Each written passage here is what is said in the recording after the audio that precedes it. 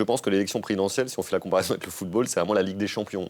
Parce que tous les jours, on est soumis à la question des journalistes, des adversaires politiques, des meetings, et on peut se prendre les pieds dans le tapis. Et en général, le masque tombe.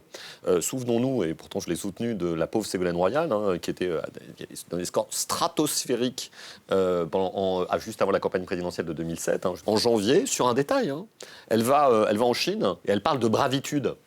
Cette faute de français, on lui en a parlé que de ça pendant des semaines et des semaines et des semaines. Et en fait, le doute, il y avait sans doute de la misogynie derrière en plus, le doute qui a été porté sur sa compétence est porté. Pourquoi ?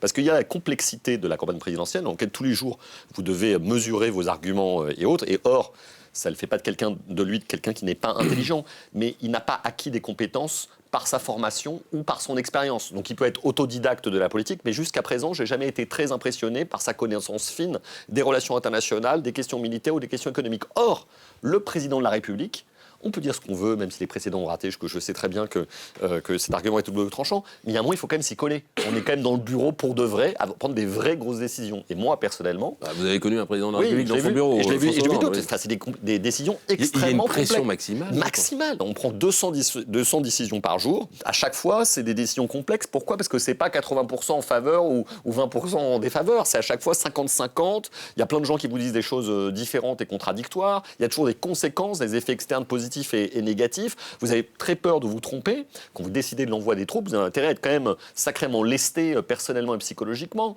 Quand vous devez prendre une décision économique, vous savez que vous allez être critiqué par votre propre camp ou les adversaires. C'est très difficile et il faut avoir une connaissance fine.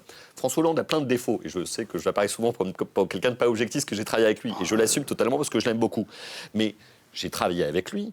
Le niveau de connaissance technique des sujets qu'il avait, tout comme Nicolas Sarkozy, tout comme Emmanuel Macron, tout comme Jacques Chirac, était incroyable. Il savait de quoi il parlait. Je n'ai pas cette impression avec Jordan Bardella.